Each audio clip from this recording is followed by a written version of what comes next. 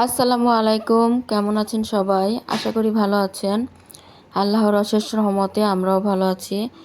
প্রতিদিনের মতো নতুন একটি ব্লগ নিয়ে চলে আসলাম। এই তো দুপুর থেকে ভিডিওটা অন করলাম। তো ঘরের সব কাজ করে গোসল নামাজ শেষ করে ফেললাম। তো এখন আর কি রান্নাঘরে যাব, রান্নার প্রিপারেশন নিব, কি রান্না করব ওগুলো গুছাতে হবে। আর মেয়েরা স্কুল থেকে চলে আসছে। তো এখন 2টা বাজে।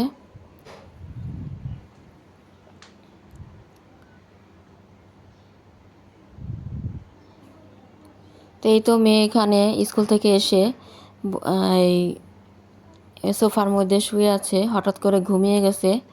তো কাপড় নিচে গোসল করবে, তো এরই মধ্যে আমি এসে দেখি ঘুমিয়ে গেছে। তো জন্য আর ডাকলাম না। আর বড় মেয়ে এতে গোসল করে নামাজ পড়তেছে।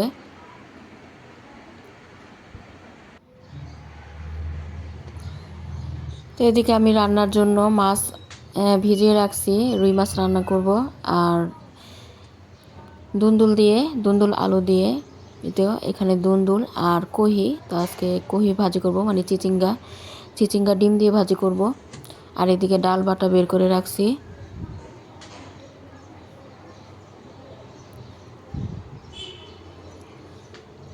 তো এখানে কিছু মশলা আনা হয়েছে, তো মশলাগুলো আমি জারে ঢালবো। তো জারগুলো আমি ধুয়ে নিছি, ধুয়ে এরপর শুকিয়ে নিছি। তো এখন প্রতিটা জারে আমি হলুদ মরিচের গুঁড়া, ধনিয়া গুঁড়া এগুলো ঢেলে নিব। রান্নার আগে সব কিছু গুছিয়ে নেই। তো এই তো ঢেলে নিলাম প্রতিটা জারে।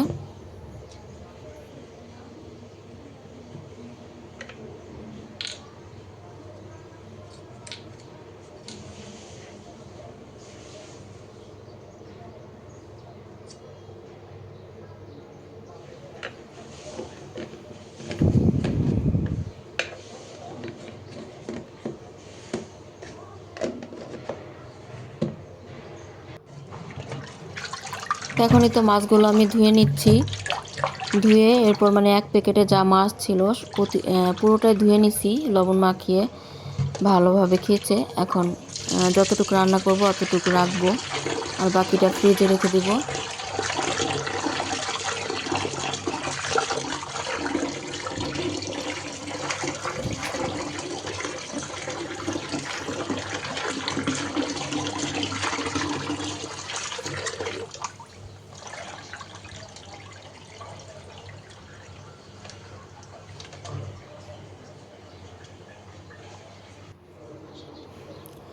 তো এই তো অর্ধেকটা ফ্রিজে রেখে দিলাম। এখন কয়েক পিস নিলাম রান্না করার জন্য, কারণ রোজার দিন বেশি রান্না করলে খাওয়া হয় না। এখন হলুদ মরিচের গুঁড়া একটু লবণ মাখিয়ে নিব।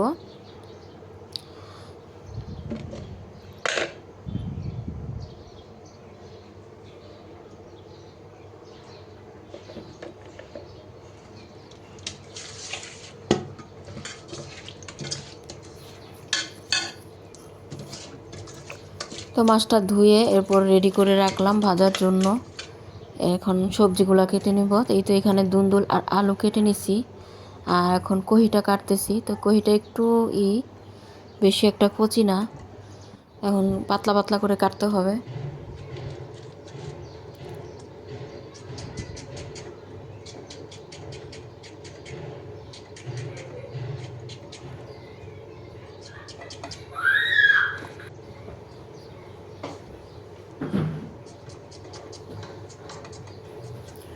তো এখন 4টা বাজে থেকে রান্না বাড়া শুরু করে দিলাম। তো তরকারি আর ভাজি রান্না করতে করতে ইফতারির টাইম হয়ে যাবে। এরপরে ইফতারিটাও বানিয়ে নিব। এই তো দুন্দুল আলু কেটে আমি ধুয়ে নিলাম। এখন ভাজিটাও কাটা শেষ, ভাজিটাও ধুয়ে নিচ্ছি।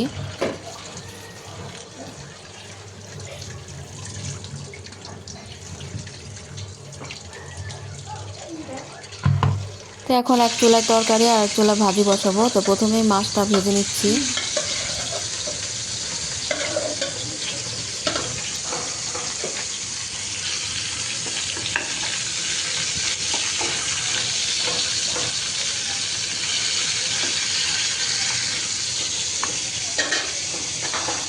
এই হাঁড়ি বসিয়ে দিলাম, তেল দিয়ে দিলাম, তেল পেঁয়াজ দিয়ে একটু নাড়াচাড়া করে আদা রসুনের বাটা দিলাম। এখন মশলাও দিয়ে দিব।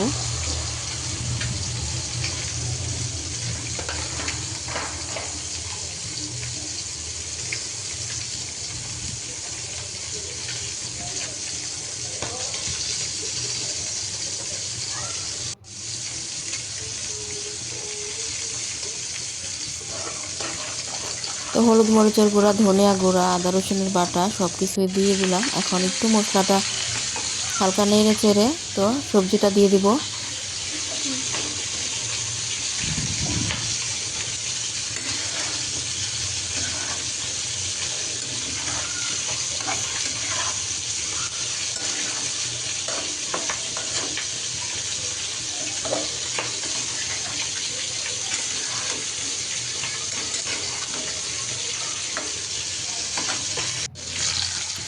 তো এদিকে মাছটাও ভাজা শেষ, উল্টে পাল্টে ভেজে নিলাম। এখন এই তো ভাজিটা সিদ্ধ বসাবো। তো লবণ আর কয়েকটা কাঁচামরিচ দিয়ে সিদ্ধটা বসালাম। তো এই ভাজিটা কাটার সময় তো বললাম একটু মানে কচি কম, তো সিদ্ধ হইতে একটু সময় লাগছে।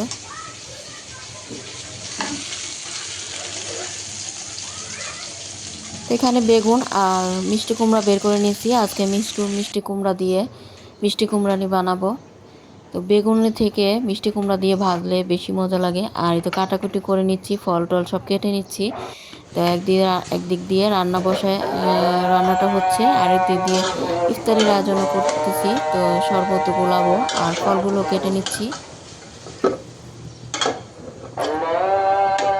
তো আজকে দুই মেয়ে ঘুমিয়ে আছে স্কুল থেকে এসে ওরা, তো আমি আর ডাক দিই নাই। তো আমি একা একাই সব করে নিচ্ছি। এদিক দিয়ে ধুন্দুলে অনেক পানি উঠছে।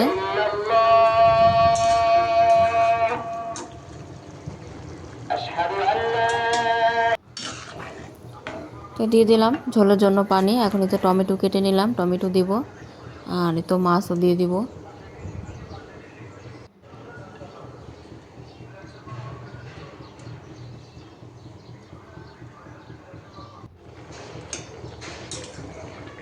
তো এই তো তরকারিটাও হচ্ছে, তরকারিটা প্রায় মানে সিদ্ধ হয়ে গেছে। আলু আর এদিক দিয়ে ভাজিটা আমি কমিয়ে রাখছি, আস্তে আস্তে সিদ্ধ হচ্ছে।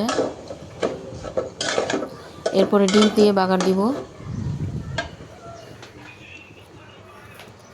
আর এদিক দিয়ে আমি শরবতটা বানাবো। তো এটার জন্য লেবু কেটে নিয়েছি। তো একটাতে চিনি আর চিনি লেবু দিয়ে লেবুর শরবত বানাবো রুয়াবজা দিয়ে, আর একটাতে গুড়ের শরবত বানাবো।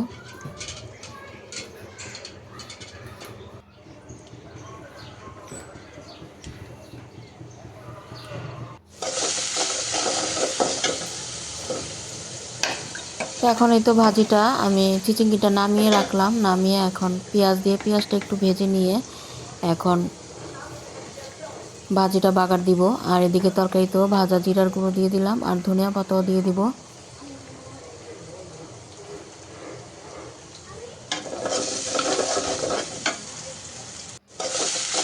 তো গোলানো ডিমটা এখন দিয়ে দিব।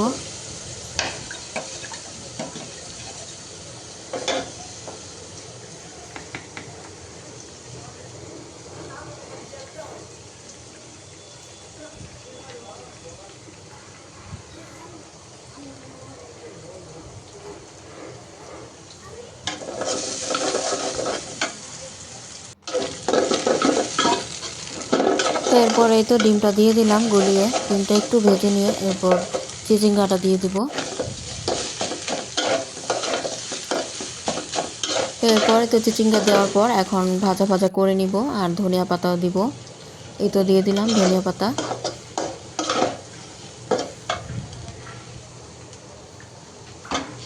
আর এখন পাশের চুলাতে তরকারিটা নামিয়ে নিলাম। এখন বুটগুলা আমি বাগার দিয়ে নিব, মানে গরম করে নিব, বাগার দেওয়াই আছে। এই তো গরম করে নিচ্ছি।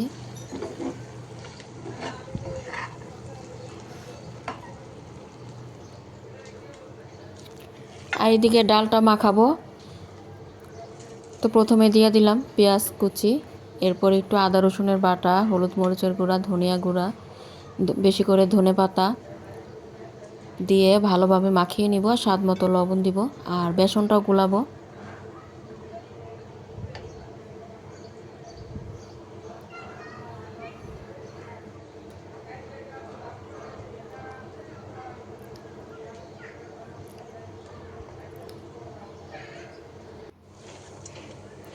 তো 2 দিন অন্য ধরনের ইফতার করলে আবার একদিন ভাজা পোড়া বানাই।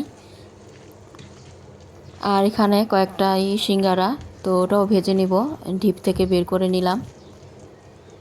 তো ইফতারিতে প্রতিদিন কে কে কোন ইফতারি দিয়ে ইফতারি করেন, কার কোনটা পছন্দ কমেন্টে জানাবেন।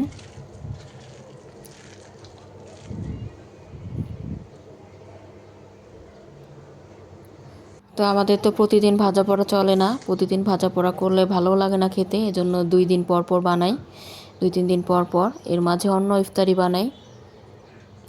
এদিক দিয়ে হালিম গরম করে নিলাম, আর এই তো কলা বুটগুলো আমি তো রাখলাম বাটিতে ঢেলে। তো প্রথমে সিঙ্গারাগুলো ভেজে নিচ্ছে আমার মেয়ে, আমি আবার নামাজে চলে গেছি।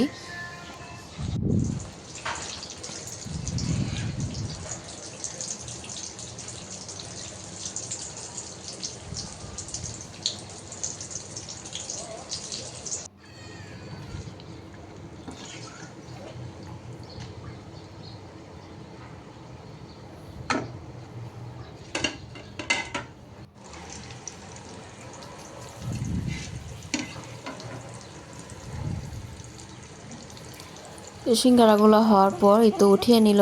এখন তো বেগুনি ভেজে নিচ্ছে, মানে কুমড়ানি, মিষ্টি কুমড়া দিয়ে।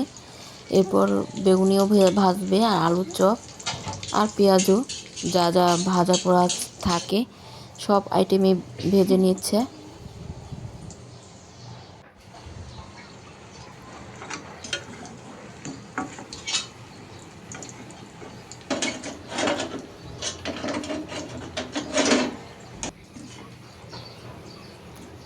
তারপর আমি চলে আসলাম, এখন পেঁয়াজুটা দিয়ে দিচ্ছি। তো আমি নামাজ পড়তেছিলাম, তো এই ফাঁকে আমার মেয়ে অনেক কিছু ভেজে নিয়েছে।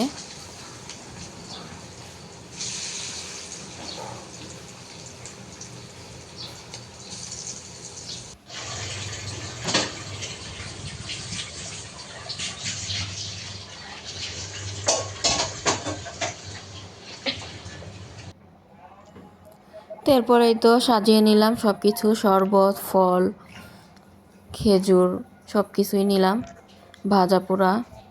তো আজান দিয়ে দিল চারিদিকে, এখন বিসমিল্লাহ বলে ইফতারটা করে নিব।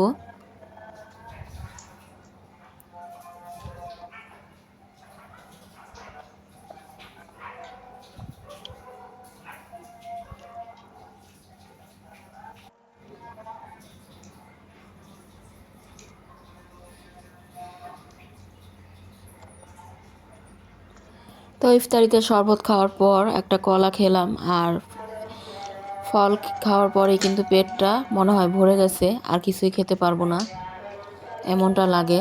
সারাদিন রোজা রাখলে কি হবে, শুধু শরবত ফল খেলেই পেট ভরে যায়।